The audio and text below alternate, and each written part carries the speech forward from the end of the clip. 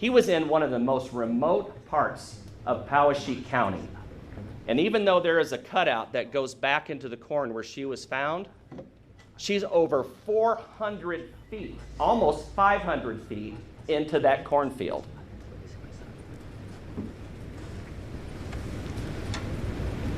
She is unfindable other than by the defendant.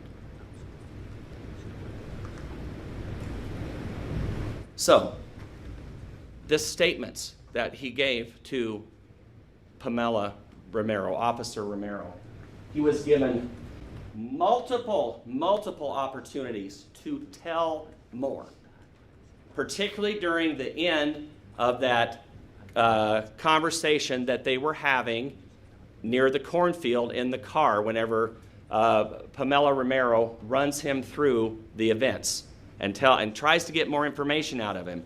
How are we here? How did we end up here? Tell us more. Does the defendant ever admit to stabbing her? He says that he blacked out. He didn't black out. He just doesn't tell her. But he told her everything about the confrontation, about how he got to the cornfield, about how she was covered. And he tells her on 2 occasions in the car, I brought you here. More or less, what more do you want me to tell you? I brought you here. And he did. He led them directly to Molly Tibbetts. These cops had been searching for her for weeks. He goes right there. He tells Pamela Romero, I did it, didn't I? He claims not to remember, claims that he blacked out. He didn't black out. Right? He tells about the confrontation. He tells about Molly being bloody in the trunk, about hauling her out to the corn, about covering her. He's telling the officer that he did it. He's confessing. He's telling the officers, in telling them those statements, I killed Molly Tibbetts. That's what he's saying. That's what the statements all point to. We also have, as far as corroboration of this confession, this is a state's exhibit that we used with FBI agent Kevin Horan, who we brought here from Dayton, Ohio. Agent Horan is a cell phone expert, an analyst with the FBI. He's a special agent. He's a law enforcement officer, but has a particular expertise in working on the CAS team with FBI. So we put agent Kevin Horan on the stand. And what he does, what does this help with? All right? We know that, for instance, Christina Stewart saw Molly jogging on the road, right? Jogging away from her at right about the same time that the video puts Cristhian Rivera and Molly in the area.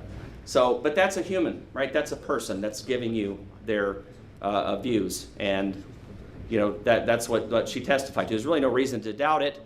But this type of evidence that Agent Horan can offer is electronic evidence, right? Not subject to bias, not subject to impressions. And he helps us establish a timeline with regard to Molly Tibbetts. He helps us also establish 2 different search areas that also help with the investigation.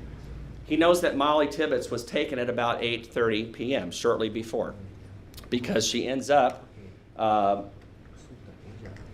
by his calculation, driving directly south just after that, between 60 and 70 miles an hour. So we know that's when she was taken. That is consistent with and in conformity with the evidence that we see in the video, with Cristhian Rivera's car being in the area with Molly Tibbetts. It also supports what the defendant is saying at the sheriff's office whenever he's interviewed, that he took her out on 385th. All of the electronic evidence is matching up to help establish this timeline. It's the same location as the defendant states to Romero, out on 385th, right? And also, whenever he takes them to the cornfield that is down on 460th in southeast Poweshiek County, it lines up with that as well. Actually, if you look at his search area, that is the box on the bottom of this exhibit, it puts the area where Molly was found is on the far eastern edge of that. So it all matches up. It is all consistent. It's the same location that the defendant took the officers to in August, on August 21st of 2018. It matches, and it's electronic evidence. It's not subject to bias. This all fits. This confession of the defendant identifies and proves that the defendant, and only the defendant, murdered Molly Tibbetts. All right? So component 1 is the video, and all the information we've already talked about. Component 2 is the confession of the defendant, where he says he is solely responsible for Molly Tibbetts' death. Let's move to some physical evidence here. The DNA that we have in the case. By the way, the DNA defendant doesn't know about, right, at the time that he's first interviewed. This is information that came in later. But DNA proves that Molly Tibbetts had direct contact while bleeding with the Malibu that is owned and solely operated by the defendant, right? That's what we have. How Molly was found in the cornfield, the physical evidence that we have there, it lines up with how the defendant said that she would be found, and her clothing in the field. We'll talk about that here in just a second. So let's talk about what we have here with regard to the DNA. All right, these are the two pictures of, there's others of the car that are in, but these two photos that are here that are in the case as exhibits show that the tag that on the Malibu, same tag that Officer Kivy stopped, as well as the blood spot here that you see with on the rubber seal that that the swab was taken from, that was identified solely as Molly Tibbetts' blood. So we have that, and there's another blood spot that's in the trunk. If you were to stand at the trunk and open the door and look inside, it's here to the left. There's a spot of Molly's blood that's in there. Molly's blood should be nowhere near this Malibu, right? Unless it ties right to the defendant, which it does. And it's further identity of his involvement. So the defendant has what? Exclusive control of the Malibu. He never, never, never puts two men in the vehicle with Officer Romero. Has plenty of chances to do that, and he doesn't do it. He also has control of this car from July 18th to August 21st, when it is seized, when it is taken into custody by the Iowa DCI. So he has the ability to clean it, dispose of things. We don't know what the trunk actually looked like on July 18th of 2018. We know what it looked like on August 21st of 2018, and it had two spots of Molly's blood in there. Did I already say that Molly's blood shouldn't be in there anywhere? She has no association with this man. It puts her in the trunk. And he knows this now, after it's found. Keep that in mind for later. It's irrefutable that she's there on the seal and in the trunk. How Molly was found also corroborates the confession of the defendant. There's a series of photos here that we put into evidence. Underneath this corn is the body of Molly Tibbetts. I'm not going to show you after the corn is removed. It's in evidence. I'm not going to show you that again. You know what it shows. But these pictures that are here, all of which are in, you notice what drew everybody's attention is Molly's colorful jogging shoes. That's how she was found. But she's underneath the corn. Now look at that corn and those corn stalks. They look like they've been there for a little while. They don't appear to have been moved again by anyone. They're laying across her body as her body decomposes under them. And this is what they found. There's her hand that you can see on the ground.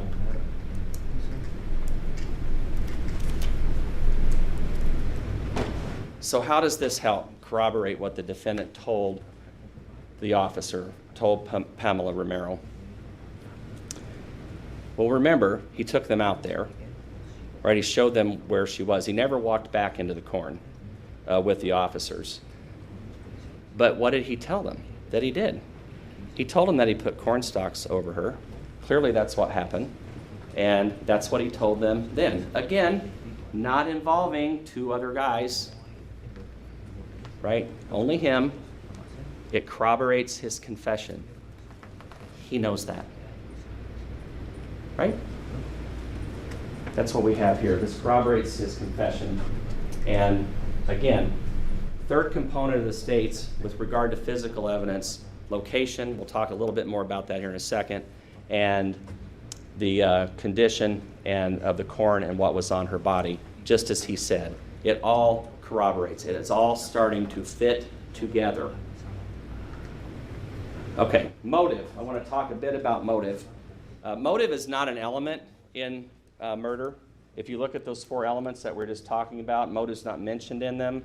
But the judge has given you an instruction that talks about motive and utilizing it to judge whether or not you want to believe something and what somebody's testifying to. So you certainly can look at their motive, their candor, and their bias. So you can look at motive in this case. So if not the defendant, let's look at motive for a bit. Who had a motive to kill her? Who had a motive to kill Molly Tibbetts? Who? Okay, the defendants spent a fair amount of time on Dalton Jack. We'll talk about him later before we're done today. But if not the defendant, who had the motive to kill Molly Tibbetts? A sweet girl, a college girl, woman, 20 years old, no other motive. So how does the defendant have a motive? Well, he tells us what it is. Anger's a pretty good one. Anger is probably one of the oldest motives in the history of human beings for why people get hurt. Somebody gets angry and they take steps and act on that anger. Why is he angry? She has rebuked him. Molly threatened to call the police. We've already talked about this. We'll talk about it again because this does not fit at all with the other two men theory. So Molly rebukes him. Molly is threatening to call the police, and the defendant was angry. He says that. He tells us that. He also says when he gets angry, he blacks out. That's what he claims. That's what he told the police. But what do we know? We know that she rebuked him. He did not like it, and he is angry. And the way he reacts to that anger is to stab this young woman to death and dump her body into a cornfield. Now, whenever we look at motive, it's not one of those things where you say, oh, okay, now it makes sense, where you understand really why somebody would do that and have some common understanding with them. That's not what I'm talking about. What motive is having some evidence as to why something happened. And this is why it happened, and we know it happened because the defendant told us that's what was in his head. One of the key things in this case is that the defendant led officers to Molly's body. No one other than the defendant knew where Molly was located. The officers, the cops in this case, investigators, agents have been searching up and down, have been talking to all sorts of people, trying to figure out, who, right? Who would have done this to her? Who would have had a motive to do it? But the defendant, whenever they talk to him, they say, take us to her, and he does. Turn by turn. Takes them right there. Right? He led them to Molly in the dark from Yerby Farms. Remember when they left the police station, left the sheriff's office, they had to go out to Yerby Farms to orient him, and then he took them there. No mention of two other men. Only Molly's killer would know her location. Only that person. And the defendant's testimony proves how important this is. You know why? He knows this. He knows this is the one kind of thing that people can't get past whenever it comes to his guilt, right? That he led them to the body. Wow, that's pretty powerful. So then what does he do? He comes up with another story. Denial, saw the car, takes them to the body, admits to what we've already talked about, and then number 4, we heard yesterday. Because he's trying to explain this one away.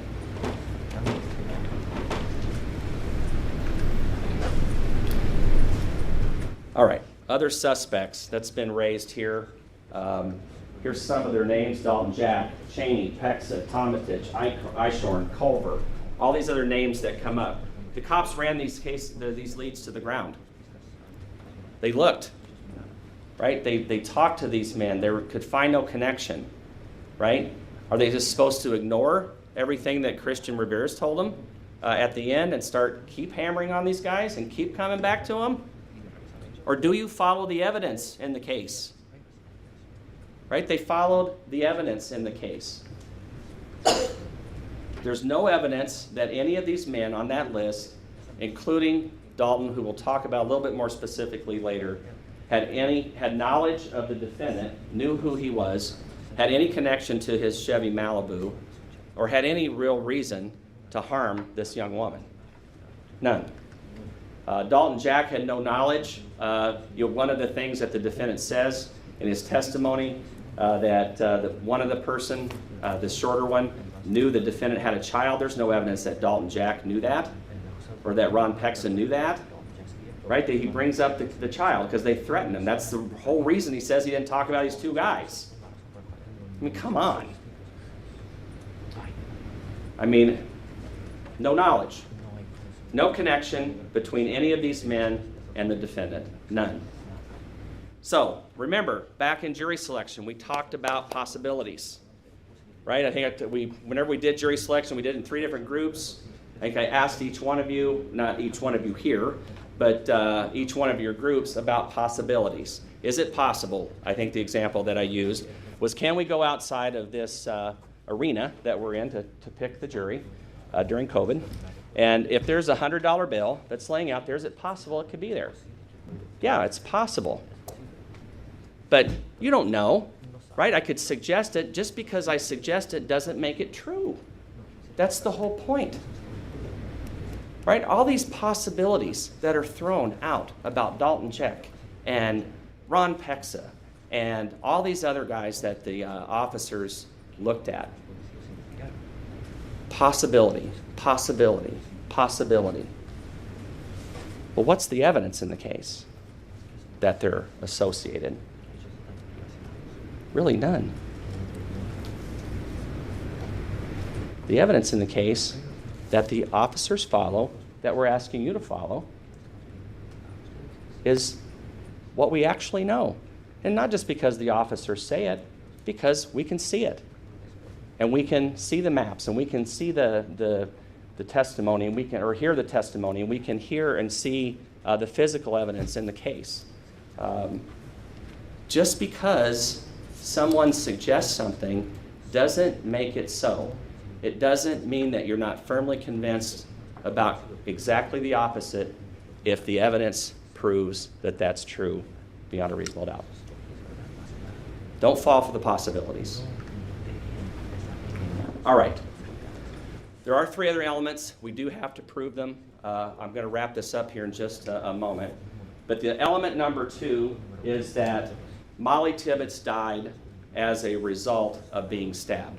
So now we're got now element 1, identification. Was it Cristhian Bahena Rivera that stabbed Molly Tibbetts beyond a reasonable doubt? You should be firmly convinced based upon the overwhelming evidence that we have in this case about the defendant. All right? So Molly Tibbetts then, number 2, died as a result of being stabbed. There's no real issue here. She was stabbed somewhere, I think Dr. Klein said, and Dr. Garvin, who testified, talked about the wounds to the ribs. They did a very detailed examination of her. This woman was brutally stabbed.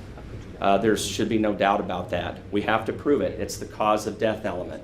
ID is 1, cause of death is 2, right? So the second one that we have to prove, Molly Tibbetts died as a result of being stabbed. There's no question here. We saw the defects in her jogging bra that are sharp force injuries. I think there were 7 of them.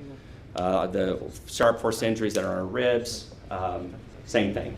So element number 2, that's right, element 1, ID, proven. Element number 2, cause of death, proven.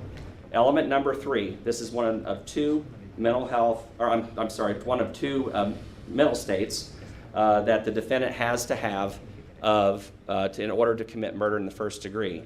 The first one is element number 3, which is the defendant acted with malice aforethought, a fixed purpose or design to do some physical harm here to Molly Tibbetts, which exists before the act was committed. The same injuries that were inflicted upon her prove malice aforethought. Now that we have identity, we know that it's Cristhian Bahena Rivera that committed these acts, that stabbed Molly Tibbetts. He would have plunged a knife into her at least 9 times. Sharp force injuries to her neck and to her chest, which killed her. If that's not malice aforethought, I'm not sure what is. And really, the injuries to Molly Tibbetts and this mental state that was used to cause those injuries that existed before he would have plunged the knife into her really is not in dispute. So malice aforethought has to be proven in order to be murder. So looking at the injuries, looking at the circumstances, the stab wounds, element number 3 is proven. The second, mental state that we have to prove is that the defendant acted willfully, deliberately, premeditatedly, with specific intent to kill Molly Tibbetts. The same evidence that we have here, it's a little bit exceeding that because we can go back to the things that happened on the roadway to help establish what his mental state was at the time, the specific intent to kill. But the stab wounds here, the injuries to Molly Tibbetts, what he did afterwards, he didn't tell anyone, all of those things, how he left her in the corn, all of those things, the repeated stab wounds that took time and effort to do, there's no other intent here other than specific intent to kill. There is premeditation, there is willfulness, and there is deliberation. He tracked her down, he found her on the road, he got angry, and he stabbed her to death, and he dumped her body. That's what the evidence is in this case. So,